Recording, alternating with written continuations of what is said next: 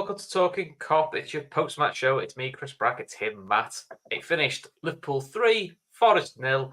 In quite frankly, Matt, one of the more routine Anfield wins, which is becoming quite a nice habit. Yeah. It's we'll take that one, won't you? It felt very title-winning season form, especially when the game was at 2-0 and we were just knocking the ball around at the back. It really felt like everybody had decided that the game was already over. The 3 points were going to Liverpool, and that was the end of that. So yeah, it was very nice. I generally messaged friend of the show, Kev, and just said, "Can we get this third goal out of the way?" Because I'll be honest, I'm getting a bit bored. Yeah, it's quite a nice place to be where you're sort of going, "Oh, it's just a routine win." Do you remember these? We had these a couple of years ago. These are great. Get up very often. Anyway, let's start from the beginning. Let's look at the lineup. So, no real surprises in the lineups. I don't think. The back four is the back four. Midfield's what we expected. Due to unfortunately what's going on with Luis Diaz, which is a horrible situation. Jota started because I do think Diaz would have started because that game would have suited him. Him with his pace is probably what you need against a back 10. But otherwise, the only probably concern I had a little bit was you look at the bench going, it's a lot of kids and 2 goalkeepers, which is always the early signs of injuries are biting a little bit in terms of options to change. But we didn't really have to worry about them, which is a good thing. And like you said, got Jones come back next week, so that's one more back. And then hopefully Bajcetic and Thiago remember that the footballers and they can run at some point. But, were you happy with the lineup? Anything you'd have done differently or kind of what you expected? No, it was, I mean, obviously the Luis Diaz notwithstanding, because who could ever foresee a situation like that coming up? And I mean, obviously, everybody that's connected with Liverpool and anybody with a semblance of a human heart is obviously got their thoughts with Luis Diaz and his family right now to try to get that situation cleaned up. But no, I had predicted 10 out of these 11 to start. I think it was pretty straightforward who was going to be the starting lineup. So, and it's good to see because it really feels like we're starting to find rhythm, especially at the back. I thought our defense just looked very solid today. Yeah, we did. Yeah, even my mate looked good. I'm not gonna. I can't slag him off. No, I will. We'll get to Simicast. No, generally I thought, everyone knows he's not my favourite person, but if he's playing most games like that, where he's just the cog in the machine, sound. So kind of all you need him to do. I'd like him to be a bit more adventurous going forward sometimes, but well, there you go. You brought it up, so let's do it right now. I thought defensively he was fine, but for it seems like he's incapable of playing a forward pass. He's doing it that often. I wonder if it's under instruction though. It pretty much, if it's not, he needs to really have, being grabbed by the collar and told that it's okay to actually pass the ball towards their goal. Yeah, because there was a couple of times where I did think he got the ball, just played down the line to Jota. Yeah. But listen, maybe he's under instruction because Trent's allowed to go so far forward. They've just said, look, all your job is get it, give it back to Virgil, we'll switch play. That's all I want you to do, and take the free kicks. And listen, right. I'll give him that then. Sound. If he's not been told to do that, then I'm sure Klopp will discuss that with him behind closed doors. Yeah. But, I mean, I think 15, 20 minutes into the game, it was like Liverpool have got 80% of the ball, completely all over them. Didn't really work the keeper, if we're being honest, for the first 20 minutes, though. I think he had one Jota header, which was quite a routine save.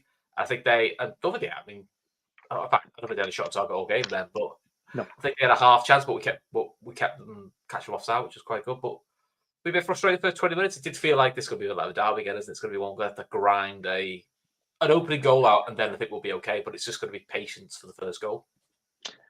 I don't think I felt frustrated. I mean, I have written down the first note of the game is after 30 seconds, Trent made a horrible turnover pass into the middle of the field, and the ball just ends up running through to Alisson, and there's no harm, no foul. And it was very obvious that Cooper was setting them up with a full bus park job. It was 5 across the back, be solid, be resolute. And to their credit, until we scored, they were doing a very good job. They were executing their game plan wonderfully. But unlike in previous years where it felt like you get that frustration that builds of how are we going to break this block down? With our midfield, and especially with Dominic Szoboszlai in this team, it just feels different. It just feels like we have that extra little bit of attacking impetus that we can bring from an area that they're not expecting. Because in years gone by, if it wasn't coming from Mo or Sadio, coming down the wings, or if Trent wasn't playing these incredible passes through that just sliced the defense open. It felt like we had nothing else to offer going forward. And now we've got guys in midfield that are willing to pick the ball up, turn, burst forward. They've got a shot on them. I wish we would have shot a little bit more. It was a bit of a flip from the Toulouse game where it felt like it was shoot on sight.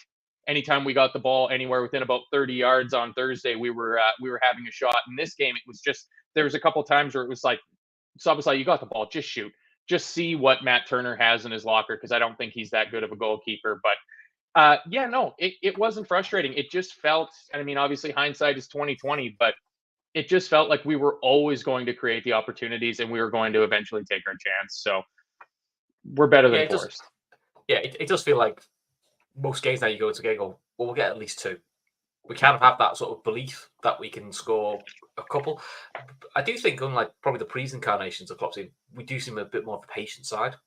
We're happy to be patient, which I think as fans we're not used to that, because we're used to a bit more the blood and thunder, and it feels like kitchen sink in it. But with pace, and it's exciting. We seem a bit more. Do you know what? We're right with 0-0 and 30. Don't worry about it. We'll get the goal eventually. Don't worry about it. That's kind of a bit City-esque. City are very much built that way, which is if we don't get it in the first 10 minutes, we'll get it in half an hour. They just have that sort of way of playing. So all those were pretty good. So and then let's talk about Jota, because he just loves scoring against Forest. He sure does. I think even in his Wolves days, he kept scoring against Forest. They hate him absolutely. Yeah, he's got 6 goals in 5 games against Forest. One of those was in the championship for Wolves against Forest. So I mean, he does like the sight of those Forest jerseys, doesn't he? Yeah. So Dobbo picks up in the middle, plays it out to Mo. Mo does his lovely rolling the ball under his foot, plays a beautiful pass to Dobbo to get it right on the bite. Sorry, no, I'm getting the wrong way around. I'm thinking the other goal. Start again. I'm talking about the Nunes goal. I'll go through it because I wrote it down here. Yeah. The first and most important thing is that Alexis McAllister is like a little terrier bulldog in the middle of the park. He gets stuck into the tackle. He wins the ball. He gets his head up. He plays it off to Mo. Mo, I'm calling it a side pocket pass. He just loves that pass where he just takes a second on the ball. He waits for that angled run. He plays that little slide ball through for the runner coming on. He played it for Szoboszlai 3, 4, 5 times throughout the game. We've seen it for Nunes since the very first game of preseason, where Nunes makes that left to right run across the back of the defenders, and Mo just slides the ball in between the fullback and the left-sided center half, and they're into space.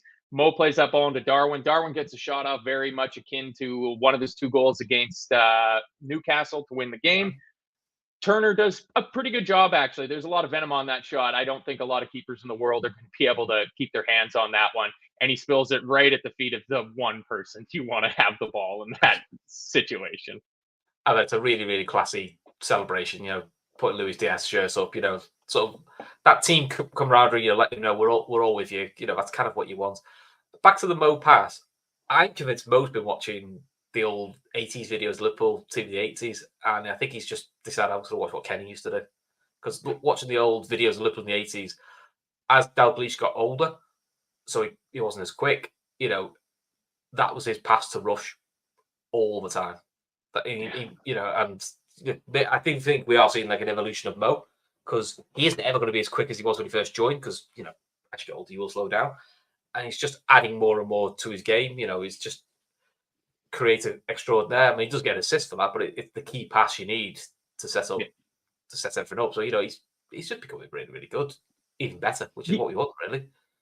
Yeah, and he still obviously carries the goal threat, as we see with the 3rd goal at the end of the game, and he continues his goal contribution streak at Anfield. So teams still have to be wary of him, because he still is such a threat in front of the goal to put the ball in the back of the net himself. So he's drawing that extra defender over to him, and it just makes so much space. So, I mean, obviously I wasn't lucky enough to be exposed to Liverpool in those glory years in the 80s. So I don't know, firsthand about...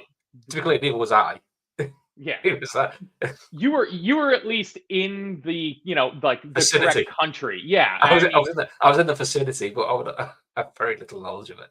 Yeah, I don't even know if Wide World of Sports would have been playing Liverpool highlights in the 80s for me to see it, even if I had access to cable back in the day, which I did not. So, I mean, by the time I came along, it was I knew Kenny Dalglish just coming in to be the manager, and in a second stint about 10, 12 years ago, whenever that was. So I I just don't have access to that, but I understand the connotations when yeah. you say somebody is playing akin to Kenny Dalglish. I mean, you got your name on the stand and Oh, you've been knighted. it's it's met with such high praise. Rob Maguire's spot on. Darwin Nunes' movements, his positions was elite. His Yeah. movement was brilliant. I mean, I think that was sort of lost on people with the whole Captain Chaos nonsense of last year. Is he's very clever in his movements, and he finds these just awkward pockets that he's a nightmare to mark, especially with that level of pace he's got. What I Uh, noticed today, he was dropping a lot deeper than I've noticed him before. mm, Like there was lots of times where he was dropping back to the halfway line to be that, false nine sort of position. He wasn't just straight up staying on the back shoulder of their center halves and trying to break it, because again, they were in such a low block that there wasn't really a lot of space in behind for him to play that ball into it. But it's there's just no way that a player with the natural skills and obvious desire and drive that Darwin Nunes possesses, who's coached by two world-class managers like Marcelo Bielsa and Jurgen Klopp, isn't going to hit a level. And I think we are going to reap so many rewards from it. The show the other night on Twitch, there was a guy that was saying, I don't know, there was a person that was saying that they're not sold on Nunez and they don't know if they ever will be. And it's like, cool, you are going to be eating those words probably I before think the end of this season, because I think he's just going to explode. I think look, it's the nature of football. Is I think if someone isn't brilliant in the first 10 games, some Yeah. fans that's it. Then they're written off Yeah, he's forever. crap. And then the other way, if somebody's brilliant in the first 10 games, they can do no wrong. It's look. I just think that with Darwin is, and I would say it's the same with Trent this season. Confidence is a massive, massive thing, and he now looks settled in his role, settled in what he's required of him, confident. And I think with Trent, he looks back to the best I've seen. He looks quicker. I remember last year, Matt Yumi did a lot of the post-match shows where everyone said he's put too much muscle on, he's too big, he's too slow. When you look at him, he looks exactly the same physically as last year. Difference is he looked confident. And vice captain, I think, is bringing out an air of confidence in that's making him step up a level and make him get back to his normal level. And sometimes that's all you need. I Yeah. think it's highly underrated. Belief and confidence that's all you need. And look, when you look what's around them, it's a lot more settled for Darwin, isn't it, and for Trent. But look Yeah. at the No midfield kidding. now going, right, we know what we're going to get from that. I know I can go here and I'll be covered, or I know I'll get the ball off him. Whereas Yeah. before, they're probably like going, it's just not working. Yeah, the amount that confidence adds into a player's, I mean, it's a total intangible, and it might not even be a correct statement to make, but like the difference that confidence makes in the recovery speed of our defenders. Because last year it was like when Trent needed to recover and make that big legging run back because we turned the ball over in midfield, he just seemed slow and disinterested. And this year he's just busting his ass and he's getting back. And like I said, all across the back line, like there was a comment there earlier saying Virgil was Rolls Royce esque today. I mean, he's just looked so good He the had his, last he few. had his, he had his slippers on today, didn't he? Yeah, that's exactly where we want him and need him to be. If we're going to hit the heady heights that we all want and hope that Liverpool hit, we need Virgil van Dijk to be that calm as you like Virgil, who can just instantly find that top gear and close down whenever a half chance comes over the top. And we were all over it. But I mean, as soon as that first goal went in, it was just like, all right, like here Should we be go. fine now. Because I know in the Telegram chat before the game, yeah, how is everybody feeling? And I'm obviously always very bullish. I predicted a 5-0. Did not quite come to fruition. I did get all three of the goal No, scorers. I thought all the forwards would score. But I know there was a few people that were thinking, it's going to be a tough game. And rightly so. Coming into it, Forest had only conceded 12 goals in their 9 Premier League games. So yeah, even though they're down at the bottom, they don't have a super leaky defense. But as soon as that first goal went in, it was like, yeah, here we go. Like we could get one today. yeah. I was on one of the Forest podcasts. I think I predicted 3-1. I kind of went. It's a standard Liverpool win, 3-1. Yeah.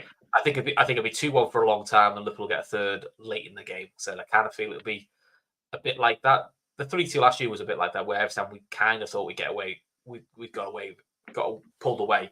They would always peg us one back. But to be fair to Liverpool, we kept them at arm's length really, really well. And then the second goal is just gorgeous, isn't it? It's a Yeah. Well, beautiful it's that Mo goal. Salah pass again. It's that side pocket pass again. This time it's to Szoboszlai, who was just I I throw this up here from Garmac LFC on Twitch. Says, can we talk about how Szoboszlai is already levels above? The guy just runs and runs and runs, and with purpose and power and direction. He knows exactly what he's doing, it seems like, at all points. And again, just a complete willing runner. Jota wins the ball in midfield, gets his head up. He crosses the ball across field to Szoboszlai. Szoboszlai lays it off to Salah, and then he just runs. And he knows that pass is on for him. Mo makes that little side pocket pass, and Darwin Núñez, I mean, according to Stephen Warnock, he didn't even know anything about it. Didn't know anything about it. Not the fact he ran from the left of the box, ran in front of the defender, cut back to get into position, and then lifted it. It was a classic poacher's goal. That where you want your number 9 to be. Basically, if Jota had done that, everyone go, well, that's what Jota does. That's all you want your number 9 to be.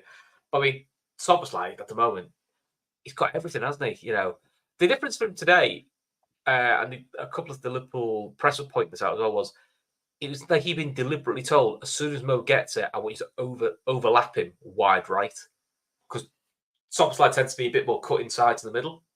But this time he was definitely deliberately giving Liverpool a different width option. Yeah, underlap. A slight tweaking. It was great. Listen, he's got an engine on him. He's quick. He can spread passes from anywhere. He's got nice little flicks on him. He loves a crack from distance, and they stay hit. And listen, the only concern you ever had with Szoboszlai coming into the league was, well, how quickly will he settle? And is he just like a bit like Gravenberch? Gravenberch playing more of this, a real attacking number 8, but we're gonna have to work him a bit defensively. Not at all. He seems to quite enjoy the dirty work, the donkey work. I think Gravenberch is still developing that part of his game, but I think at the moment Gravenberch has just been told, just play your natural game. Yeah. Enjoy your football again, and then we'll start to add the bits we want you to do later. But yeah, it seemed like Gravenberch was given a little bit more license. Like there was, Trent wasn't inverting nearly as much as we've seen him in previous games. He was sticking to a traditional right back or a traditional Trent Alexander-Arnold right back positioning for large parts of the game. And Szoboszlai was almost dropping in to make it kind of like a 4-2-3-1. And Gravenberch was pushing so far forward. And it seemed like it was by design. And to be fair, it wasn't really working. I thought Gravenberch had a pretty hit and miss game. Yeah. But I think the logic would make sense because they're playing a back 5, a midfield 4 that don't move. So there's no point Trent being in the middle and Szoboszlai. You make it. I think Liverpool have decided we need to stretch it wide. My only frustration before we got the first goal was we stretched them wide. We just weren't quick. It was still quite pedestrian. Again, I can't really play in Europa League because 8 of the lads have been playing it. Yeah. So yeah, precisely.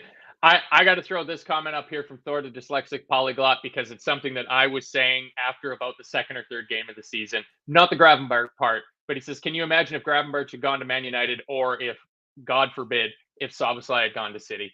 I mean, with De Bruyne going out, he would have slotted into that team perfectly, and they would be unstoppable. He's a perfect City player. Yeah, Gravenberch is probably also, I think, United need more legs in midfield because they're still at the moment, if they get an injury, have to play Eriksen to do a lot of running. It's not his game. Gravenberch could do that. So you could see why United were linked with him. Guys think he would do well. So yeah.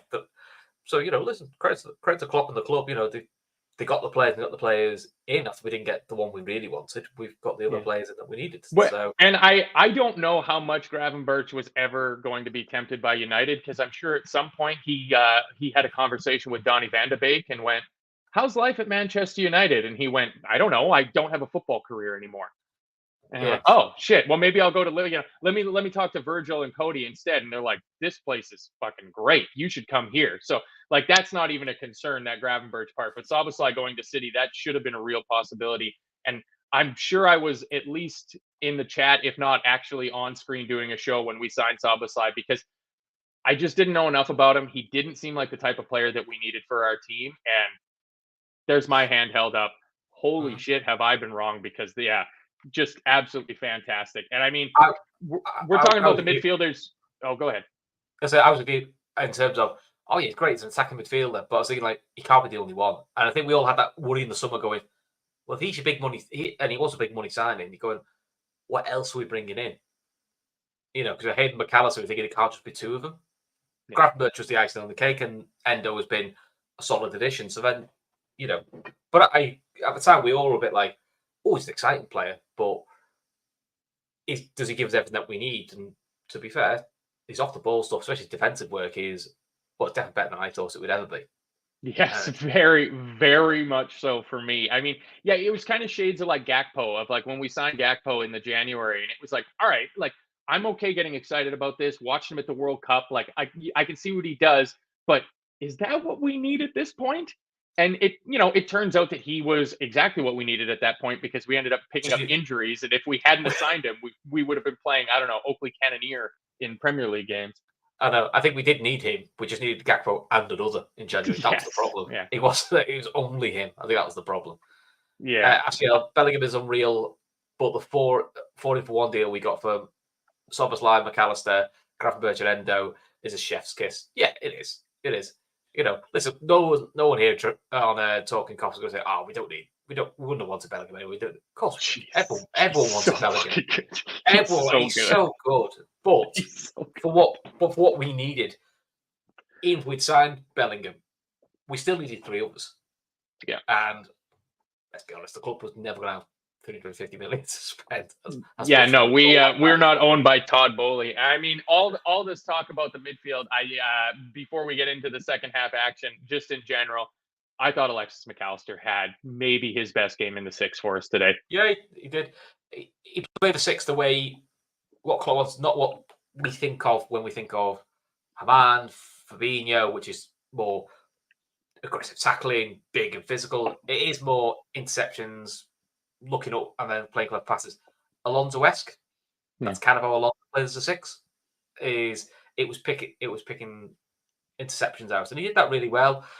He got better with his back to goal, because quite a few times that's where he gets caught. If his back to goal, that's normally he turns into trouble. But to be fair, he was a lot more alert with that, I thought. And McAllister had a really good game. It's quite good at the moment in midfield. We're also going, two of them have one good game, one has a quiet game. So today, Gravenberch had the quiet game. Yeah. Whereas another week we go, Szoboszlai was quiet, but it's okay. Gravenberch was brilliant. Or McAllister, that's what's been really good this year is when someone who's impressed last week has had a quiet game the following week, somebody else has stepped up in some way, shape, or form to impress. Like, we'll come to stuff later. I thought Harvey Elliott didn't have a great performance.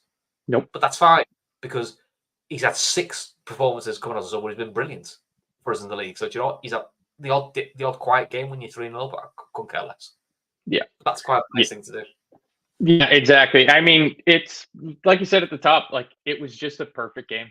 It was a perfect result. The players that had, slightly off performances, I would say Tsimikas going forward, Gravenberch in total, Elliott off of the bench, Gakpo not being aware of where the offside line is at the very end to make it 4-0. Yeah, it's all those things. When you win 3-0, you can just go, hey, it's fine. It's fine, because there's so many other of our players had 8 or 9s out of 10s today that it just, and that's the whole point of having a team, is that you have those players that are willing, much like Mo during the derby, poor game, bags 2 goals. Doesn't matter, because you get the result and you just keep on trucking through. And it's the 3 points, the 3 points, the 3 points is absolutely the most important thing. Can I ask you, let's be honest, didn't have a great derby. That was his first ever derby, which I found mad, but he's never played the derby before. Fucking hell, he might not play in a derby. He plays like that. Today, no fuss, relaxed. Even when one year came on, who caused him lots of issues in the game last year. Yeah. No problems, fine. Reacted well to it. Covered across Trent when he needed to, and it was just pretty relaxed and routine, really, which is all that we wanted, really. Yeah. Oh, here's our little Oppo fan buddy. Arsenal for life, great win. Thank you. He still wears Liverpool pajamas. He just doesn't want to admit it. Footy pajamas, onesie footy pajamas. It's yes. I mean, like, we got into halftime, and I don't know if it's been months since I've been as effusive with my halftime praise notes. I just thought everybody was doing so well. Like, Allison pretty much could have taken out a lawn chair and just had a little sit down for that match. He really had absolutely nothing to do. Forest weren't poor, but like we just have the better players all across the park, and the way we've got the team set up, it was always going to come that way. Before that, sorry, I got to round back. 37th minute, another great show of heart by everybody inside Anfield with the round of applause for Paul McHugh, the longtime Liverpool fan who tragically lost his life last weekend after the derby. It's just another, especially in a week where the 60th anniversary of Jerry Marsden's "You'll Never Walk Alone" hitting top of the charts and becoming the club anthem.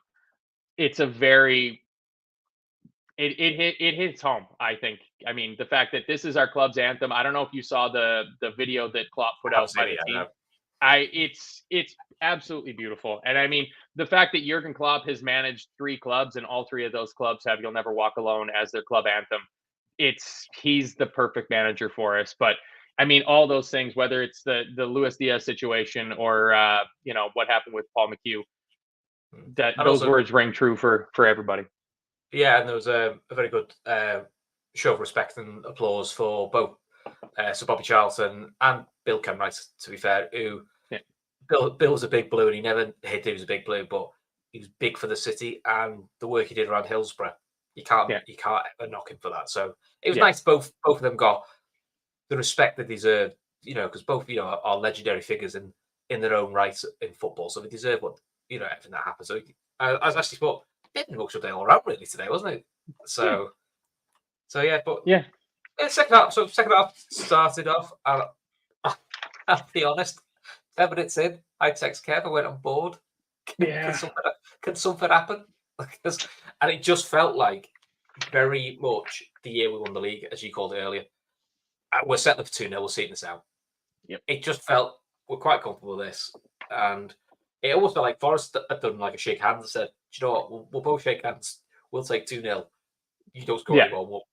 Don't smash us. Our goal difference might keep us up. We won't hurt a player. We'll just we'll call it quits." And to be fair, up until the 77th minute, it probably would have been that until the turner and the defender. Fucking hell. So I have to say, Chris, this goal to me is absolute sweet justice. This goal is such sweet justice because it comes from a Nottingham Forest long throw in into the box where Szoboszlai wins the header, humps the ball upfield. Matt Turner has an absolute nightmare, but it should never have been a throw in. Elanga is clearly offside, and Kanate steps across and has to put the ball out for a throw in. And all the side ref has to do is raise his flag, and we probably don't score that third goal. But instead, he gave us a gift just wrapped up with a pretty little bow on it in the form of an opposition set piece, which we are so fucking dangerous from. Like you saw it during the derby. Every time Everton had a corner, it was like, I think we're going to score, not them. I think we're going to score from this corner because we're defending set pieces extremely well this season. Hopefully I have not jinxed that going forward, but we're not giving up weak goals. We're not being bullied under high balls and stuff like that. And the fact that they have a long throw in that they should never have had, and 5 seconds later the ball's in the back of the net, that is chef's kiss stuff right there. It was so funny because Turner was like looking at him, you getting it? And he's going, well, you're going out, mate. You're getting it. And then he went, oh, I'll just catch it. Oh, wait, no, I'm on my box. And then, back-to-back right-footed finishes for Mo Salah, which is also probably a bit of a tick rarity. So, you don't see a right-footed finish very often from Mo Salah. But we look very confused there, Matt. Yeah, no, just Kev is saying on Twitch that his YouTube stream crashed, and I was just letting him know that we've had no hiccups on our end whatsoever. Not at the moment. Touch wood. Fingers crossed. Oh, the boss man's in the background, so he's taking care of it. Okay. I mean, I just thought that was excellent. I believe that makes it 14 home games in a row where Mo Salah's had a goal or an assist. Yeah, it's just becoming routine. I've called him the inevitable. That's what you should call it. It's the inevitable Mo Salah because he'll do something in the game. And he also now has another record. Mo Salah becomes the third LFC player in history to score in each of the club's opening 5 league games of a season, followed by Harry Chambers in 1922 and John Aldridge in 1987. So, he just scores next home game. That's another record broken. Do you know what I mean? It's just ridiculous, isn't it? Keeps going. And I mean, what's the next home game? Is Luton or Brentford? Brentford is the next one. Yeah. Oh, that's right. Luton, we've got Luton. Luton away, isn't it? Yes, Yeah, it Luton must away. be Luton away. Luton away, and then we've got Brentford at home. So Yeah. listen, Garmac with a comment in the Twitch here. Thank you for using Twitch, by the way, Gar. Diogo Jota talking about Luis Diaz. He said he was going to play. I played instead of him, and I showed him his shirt to show him we're with him, and we hope everything works out. It's unimaginable to think of a situation like this could happen. We can just support him and show him we're there with him. It was a very small shirt, but a very touching and large gesture. yeah, I was going to say I don't think that's actually Luis Diaz's shirt. He's not that tiny. It maybe one of the pregame mascots that came out with the team was wearing a Diaz jersey or something. There's the little mascots up there about a shirt. I'm going, what gives me shirt back? Jesus Christ. Give me that. I need it for a celebration. But yeah, I mean, really, the game really petered out even before the goal. Like I had written down, like we need some substitutions here just to inject a little bit of life into the game. After the substitutions, after the goal, it didn't really change much. It was good to see Darwin going off another goal and an assist. So his goal contributions per 90 will continue to be top of the league, almost certainly. I mean, the guy's really starting to put up the numbers. I mean, he had good numbers last year. It's not like he was completely profligate in front of goal or anything like that. Like I believe it was his goal scoring. Yeah. Breaking news, says Goldie. Jota snatches mascot's jersey. Mighty Red is walking around freezing somewhere. Here you go. See, yes, YouTube is freezing. Robert McGuire, it might be time to switch to Twitch. You are, in fact, correct. Come on over. The platform is lovely. We just need all the good YouTube chat, comment, community people to make the switch on over. I tell you, it's completely and totally better. The good ones and me. Well, yeah, it's you can do some shows instead and leave the chat to everybody else. And then, yeah, it gets down to it at the end. I mean, yeah, 87th minute, I was raging over the fact that Tsimikas wouldn't just play the ball forward. But I mean, we're at 3-0 at that point, just shepherding the game out. And then they decided, 7 minutes ago, should we try to attack inside the game? And Ilanga hits a hell of a volley other side of the bar. Alisson's not getting that. I was raging he got the shot off because it would have been so annoying to finish 3-1. But just thinking out loud, though, this 5-4-1 thing, do you think obviously needs to bin it off? Because it's not working.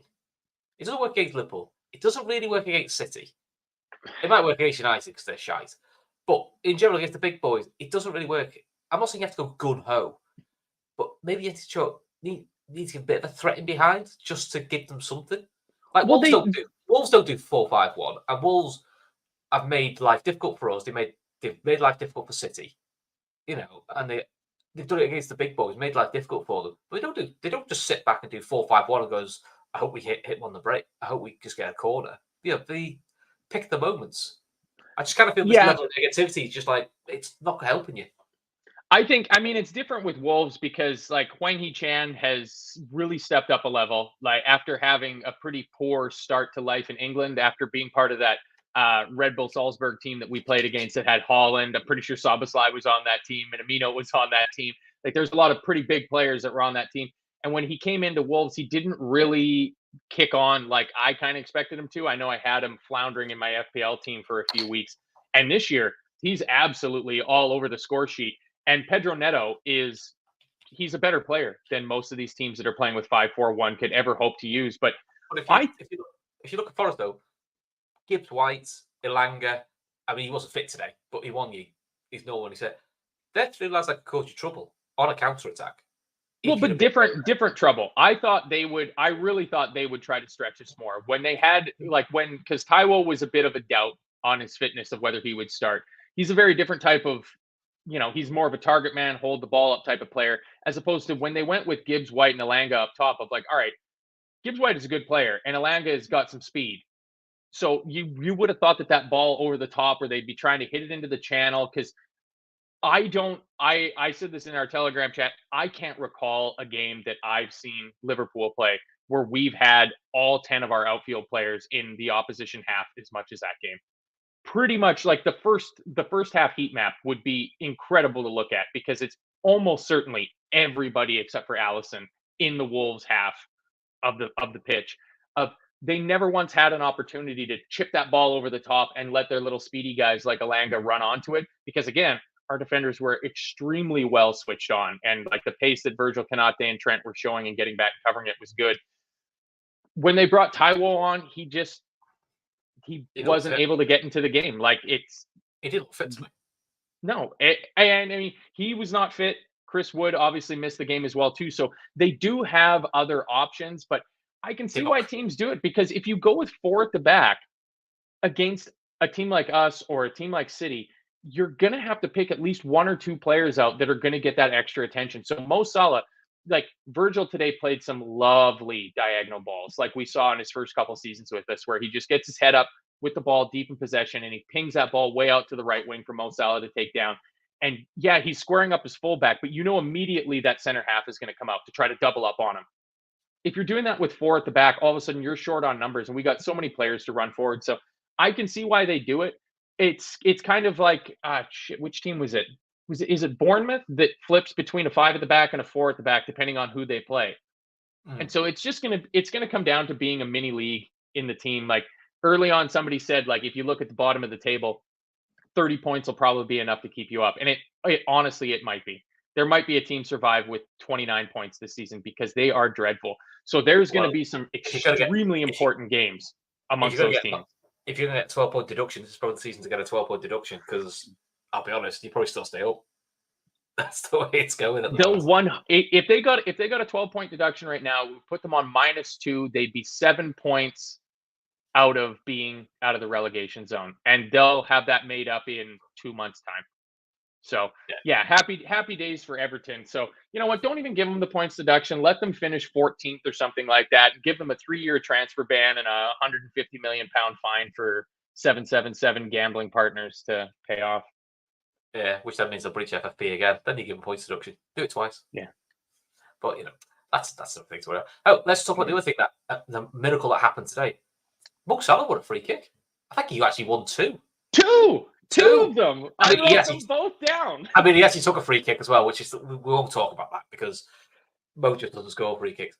What made me laugh was the free kick, the first free kick he got, which he then took the free kick, it's no difference to what got done to him the first 10 minutes. When the guy literally body slams him, wrestling way, he just body slams the floor, and the ref goes, "Now throw in." You're like, what? Yeah. So I think Mo didn't, for the one he got, he didn't even appeal for it, because he's thinking, I'm not going to get this. The guy's just wrestling into the ground. I'll just get to the ground, shall I? And he went, free kick. Mo looked the most surprised man in the world. So, yeah, it's you always get that, it seems like, in the first 10, 15 minutes of the game when the opposition left back gives him a German suplex like some sort of Dagestani MMA fighter. And Mo's looking at the side judge or side ref and the main ref, and they just wave play on. It's like, how is it not a foul? So yeah, 62 minutes, he won his first one, and 71 minutes, another foul called on Mo. Wow, 2 in 1 game. It was worth noting. It's such a rarity to have happen. Yeah, it's such a joke. If it was Jack Grealish, he would have 57 fouls called against him every single game. But it's not Jack Grealish, it's Mo Salah. So instead of being the most fouled player in the Premier League, he's probably one of the least. Yeah. Yeah, it's ridiculous. But listen, we're back up to 4th. I mean, City are 2-0 up, so routine there. United are still shy. So yeah, happy I took Holland out of my fantasy team. That worked out great for me today. I left them in mind. I needed to get Darwin in. I really like the look of our run of games here, and I had no Liverpool players in my team before the international break, and I looked at that run of Everton, Forest, Luton, and Brentford of like, ooh, we're going to get some points. So I needed to make wholesale changes. Just play both. It's easy. Oh, I got him. I put him as my captain. I wavered at the last minute. I was going to put Darwin as my captain, and I chicken shitted out because of that possibility that he might not start. Yeah, I should have went with what it would have paid off. My issue was I picked Isak and Neto. Isak has a 25% chance of playing, so he's basically not playing. And Neto, surprise, apparently is injured. No, he played. He got injured in the game, which is just so chat. It's so disappointing for him because, I mean, Wolves were good. Wolves could have won that game. They played Newcastle. I'm pretty sure it was Newcastle they played against. And he spun his defender and he was running in behind, not clean through on goal, but it was an attacking opportunity and he just pulled his hand. Like, the most obvious pulled hammy ever. It's very, very unfortunate for the guy because he's got so much skill, so much talent. But you're starting to look at his injury record now, and it's That's what. it's That's why hard I to would. see any big club going near him. Sure, the only big club I can see go near him would be someone like a City because they can afford to hold someone who's got a bit of an injury issue. Yeah, but Doku is probably doing the job Yeah. that they would bring in a player like Neto to But do. actually, So. he might end up at Chelsea because they haven't bought a player for about 2 months. So maybe he might Yeah, go to Chelsea. I'm sure Bowley is absolutely fuming at that. I mean, Todd Bowley would have loved it. You had the same comms as I did. I'm not sure who the main one was, but Stephen Warnock Oh, was Stephen Warnock, co-comms. But Jesus, can we ban him from Liverpool games? He's worse than I, Deep Haman. I just need to point out at 56 minutes, the main commentator said Nottingham Forest are currently set up in a 5-2-3-1 formation, and it was like, well, you're a professional football commentator, then, aren't you? Yeah, that's like Todd Bowley saying, why don't we play 4-4-3?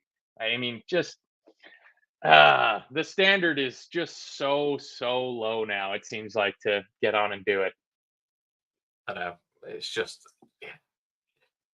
yeah. But I mean, Steve Warnock also another Steve Warnock classic. Need to remind this. Taylor has had a really good game today. Apart from that one mistake he made for the third goal, that crucial one mistake he said for the third goal. That was his actual full analysis. Well, in the first half, he also said he was really trying to get the ball out of his hands to start a quick counterattack every time he got it. And it was like, he should have been yellow carded for time wasting in the first 30 minutes of the game.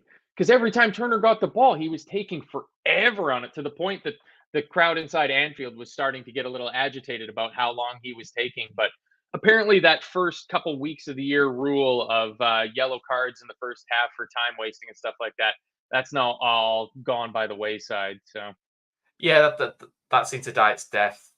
Like yeah. most of these rules do, they always die. It's like the chatbacks, the officials that disappeared. Yep. Really Yeah, quickly.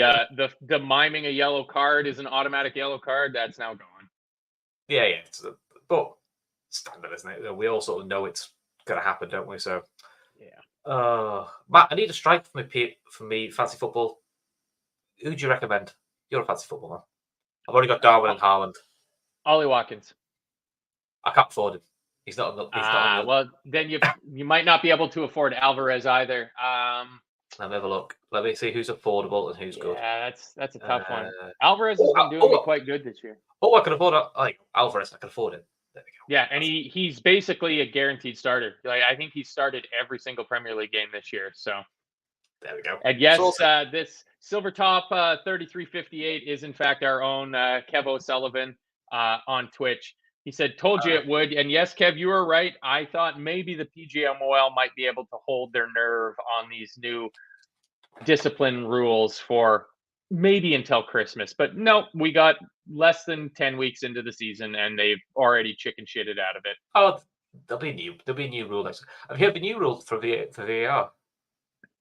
No, I haven't. Oh, apparently now VAR officials have to recite what they're giving before they say check over. So apparently they have to say goal disallowed, check over. Which I kind of thought, shouldn't you have done that anyway? I thought that was common sense, but clearly not. Yeah. So, but apparently Liverpool complaining didn't really make sense. Oh, speaking of complaining, did you see Vincent Kompany's little rant? No. What happened to Pep the Third? Oh, apparently there was a 7-minute check on an offside goal for Burnley, which was given offside. And then I did like the guy who interviewed who just liked to throw a bit of needle. Goes, but the line went green, which would have been onside. Then it went red, so it's offside. He goes, listen, it took 7 minutes. It must be correct. But apparently there was a handball in one of the build-ups to the goals that wasn't even looked at. And he goes, it's happened to us too many times now. It's just really unfair. It's costing us points. This is the same intercompa that when we complained about the Luis Diaz goal was, humans make errors. Just get on with it. Stop moaning. Yeah. Funny how that works when it goes against you, isn't it? Funny that. Isn't it's just the way it is, Chris. That's why these guys get away with it. I didn't think I could love Jurgen Klopp any more than just what he's done as the manager of our team. But being this trailblazing pioneer in raising these issues in the wider game of English soccer, English football, pardon me, I'm going to catch pelters for that, is 5 subs, having a Christmas break, not playing these 12:30 games after internationals, the ridiculousness with the referees and VAR and stuff like that. He's been the guy that's standing up and saying these things, and all of his all of his coworkers, all the other managers in the league, they're so happy to just fucking throw him under the bus because it's this, oh, look at Liverpool, they're crying and whining again until 2 weeks or 6 months or a year and a half later, the same issue rises its head up and bites another team in the ass. And all of a sudden they go fucking crying about this. And it's like, well, where were you when our manager stood up and raised this issue? When all it would take would be what, 15 of the other managers, maybe 19 other managers to stand arm in arm and go, yeah, this is bullshit. We shouldn't be having a 12:30 Saturday kickoff when players aren't getting back from international duty until the early hours of a Thursday morning. That's just common sense, isn't it? But We when have it's now got, us, it's yeah, fine to pile them on. we have got every 12:30 after internationals on telly Of now. course we do. Of course we do. And I mean, Because hey, they I'm announced the not Christmas one. They announced the Christmas one. We've got Crystal Palace 12:30 after the international break. I was just like, I'm not gonna lie, I know it's an issue and it might it's great affect for your you. team. I fucking love the Saturday early kickoff. I love getting up for a 7:30 in the morning kickoff. It's just the best. I love getting up because I'm Oh man, used to getting up at 5:30 in the morning to watch Liverpool. So getting up at 7:30 is a dream, but it's so much more convenient for me. So I'm really conflicted on it because at the one time I see the issue and it is bullshit. Like the numbers I'm are still waking up, mate. I'm still waking up. I'm can't be awake for that sort of stuff. giant Also, softy, my giant daughter, softy. my daughter plays footy, so generally her games are around that time. So I missed the fucking game as well. Yeah, So see, if it was on selfishly, at me, 7:30, if Liverpool played at 7:30 in the morning for you, you'd absolutely love it. You can I'll watch be, the match I'll be, and then I'll, get on with your whole day. yeah, that's what I mean. The only benefit of 12:30 is if you win, your fucking weekend's brilliant. Then it's set up for the weekend. You'll count. So, but let's have a quick look at next week very quickly because Oh, it's a few interesting games this week. So, for the teams in and around us. So, City have got Bournemouth, so 3 points there. Won't worry about yeah, that. Newcastle at home to Arsenal. So that'll be an big game. interesting one. We are away to Luton. Villa are away to Forest, and then Monday night Spurs are at home to Chelsea. So there's definitely opportunities there where you could see that staying as is, or that gap shrinking even more. Yeah, I mean, I was probably, if you would have asked me this before yesterday's game, I probably would have been a little bit more bullish about the chances of Chelsea taking Yeah, points off of Arsenal, it's but Chelsea turns they up. are dog shit. They're so. If you need to laugh, you can either watch Dumb and Dumber again for the 100th time, which is also a good choice, or you can just watch Chelsea Football Club play and then go online and read their fans just furious about their team because they are an absolute joke of a team. They But did win, they did win the transfer window though, so you got to give them that's that. true. That's true. That's They true. did spend the They have most in got the transfer window. they have got a transfer window. Look, the thing with Chelsea is though, it's which one turns up because as bad as that Brentford result is, I've watched the highlights of it. I've never seen a team miss so many chances in all my life. Which Chelsea? was a problem. Chelsea should have easily gone out of that game with a draw. They just couldn't get a bottom door. Yeah, at best with a draw. At best with a draw. They had to bring on David Denzel Washington as an attacking sub to try to get something from that game at the end of it. Oh, They spent £1.5 billion in 3 transfer windows to not have a goalie and not have a striker. I thought in preseason, the first couple weeks of the year, I thought Nicholas Jackson might actually be a decent player.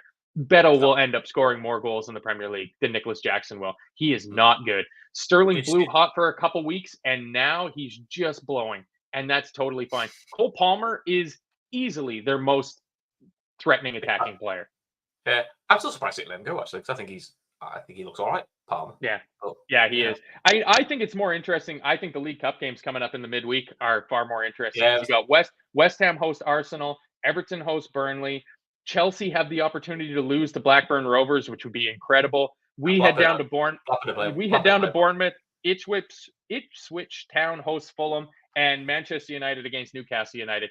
Those are some decent games on Wednesday, and it is my favorite week of the year, which is when you guys change your clocks, but we don't change our clocks for another week. So the game is an extra hour later for me, so I should be able to get home from work to watch the game on Wednesday, which is the most important thing. Did you see the Caicedo yellow card as well? Yeah, which looks absolutely no different to Jones' red card against Spurs.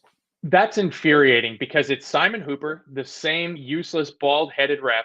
If they'd have just done the exact same job done, good process boys that they did with Curtis Jones and tell him to go over to the screen and just show the still image of Caicedo's foot on the player's ankle, it's a 100% red card. He got way less of the ball than Curtis Jones did. I don't know if he got the ball at all, actually. Like, that's the sort of stuff that just... When you see that type of tackle, you've got this way is maddening because you're going, either they're both yellows or they're both reds.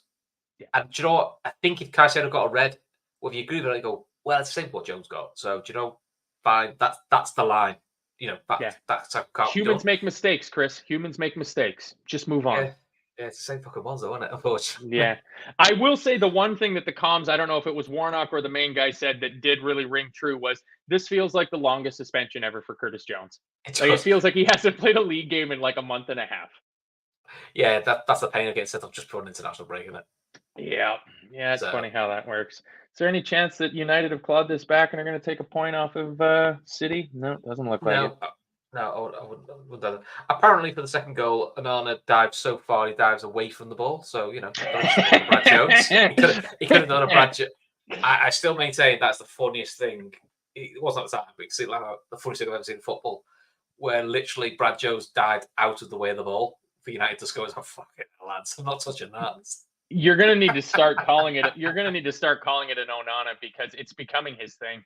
Like he's done it a couple of times now. Like that one. He saved the penalty. He saved the penalty though. I saved the penalty. They're back. And they beat the might of Copenhagen. So you know. That's right. Harry Maguire, Scott McTominay, and Andre Onana are going to take Manchester United to great things. I mean, somebody in here should have saved it. I don't think we did. Said Ten Hag's going to be back in Holland by Christmas time. And hey, have you seen the state of Ajax? I only saw this yesterday. I heard somebody said that they're sitting bottom of the table. The 18th. Fucking and wild. And 5-2. Well, what's going on with the world? It's just like, you know, Ajax are always like first, second, or third. The worst season for Ajax is third. You know, 18th. Well, don't worry, Chris, because Ten Hag will save them. Yeah, exactly. No matter how much some things like Ajax's position in the table changes, some things stay the same, and that is the ridiculous state of the fans in Spanish football. Because I said it yesterday when there was a fair few of us watching the Clásico that win, lose, or draw might have a certain percentage on it, but there's almost 100% chance that Vinny Jr. is going to be racially abused in this game. And sure as shit, Barcelona's opened an investigation. I don't know why he's playing there anymore. I mean, it terrifies me because the only place he's going to go if he leaves Real Madrid is Manchester City. Yeah, and that's terrifying because he is fucking dynamite. But he deserves so much better. He's such a good player, and he does not deserve that absolute horse shit that he gets in the Spanish league. It's ridiculous. I feel so sorry for him and all the other players that have to go through that shit week after week for just making people happy and playing football, man. That's crazy. Ridiculous. But it is time for the Matt versus Emmett derby in the National Football League. Packers versus Vikings is getting started right now. So let's go smash those stupid Vikings is all I got to say about it. Right. We need to man the match, but it's getting to the point now we're going to have to man the match who's not Dominic Szoboszlai. Because even if you include Szoboszlai, it's getting boring. I thought you can include Szoboszlai. I would give it to McAllister. I thought McAllister. Oh, fair enough. I'll give it to Szoboszlai. And to be fair, McAllister's another good shout. To be fair. Yeah. So okay, you go with Mac. Yeah, I just thought McAllister did everything he needed to do. He was left on his own a lot more than he had been because Trent wasn't inverting as much. He was quick on the ball. He was using his body to shield. The work that he did on the first goal for winning the ball back and getting us started on the attack, that made that first goal. And the first goal was all important in this game. If we got it, we were always going to cruise to an easy victory. If they got it, white knuckle, squeaky bum time sort of stuff. Yeah, I just thought it was excellent. And the more he plays in that position, the better he's going to get at it. And everything is just starting to solidify around it. And I still want Andre in January. Do not get me wrong. I'm very much looking forward to that. We got the Copa final coming up in I think a week now. Next Saturday, next Sunday, something like that is the Copa Libertadores final. Isn't that the end of the season then as well, isn't it? No, they play until the middle of December. I thought it was the end of their season as well too, but I was led down the garden path and made to look a fool in a chat somewhere on a show the other night. So they do have, I think, 8 more game weeks left or something like that. I've been making a fool myself in there for about 3 years, so don't worry about it. Oh, we know. That's how they brought you in. You're the brains. Oh fuck! Well, we're in That's trouble. well, Then. I know. We'll have to bring Kev back soon. Keep us two in Yeah. line. Yes. Cool. No Right. kidding. No kidding. But yeah, it's another good day in Liverpool land. And if you guys, gals, and everyone else out there, if your confidence is not building in the team that we've got, get on board because it's we're good. We're good, man. And I think we're gonna have a good year this year. Cool. Listen, do the like, subscribe, all that good stuff. And the guys, we're Yeah. back Join us at on 10 Twitch. o'clock. That's the most important thing. Yeah. At 10 o'clock. So that'll be on. So we're on again at 10 o'clock tonight, guys. So I'm sure they'll be reviewing all of the Premier League. And no doubt we'll be laughing at Man United. Oh because yeah, to shit. us- Before we go, Garmac definitely pointing out the most important thing is that Oh, of course. the GAA ladies ran their Dublin City Marathon today. So our charity partner that we had for the last, I don't even know, like 8, 9, 10 months, helping raise that over 20,000 euros for breast cancer research and awareness. They work their socks off training daily to get ready to run this marathon. So hopefully Gav has an update. I believe he was heading out. I think Gav was going to do a half marathon today. He wasn't going to do the full thing. So Yeah, hopefully Gav is recovered from that for tonight's show. But yeah, Gav was that's doing a half marathon. that's the end. Sorry, Gav's doing a half marathon. Sorry, I've just seen the City goal. He does. He dives past the ball. I'll send it in a minute. It's the funniest thing I've seen in my life. All right. Well, I can't wait to see brilliant. that. But yeah, I thank you very much, Garmac, for bringing that to our attention because that is the end of another successful LFC Day Tripper / Talkin Kop fundraising campaign. We eventually, between us and the work that the GAA club did, we got them to their fundraising target, and now they have to go and run their 26 miles. So I hope it was a nice day for running in Dublin today. Oh yeah, that's god, yeah. Could be anything worse. Fair play to him. Yeah. 26 meters does me. So on that happy note, we'll go and listen. The guys will be back at 10 o'clock on Twitch and on YouTube. So until then, the Reds just keep on winning. Up the Reds. Go Pack, go.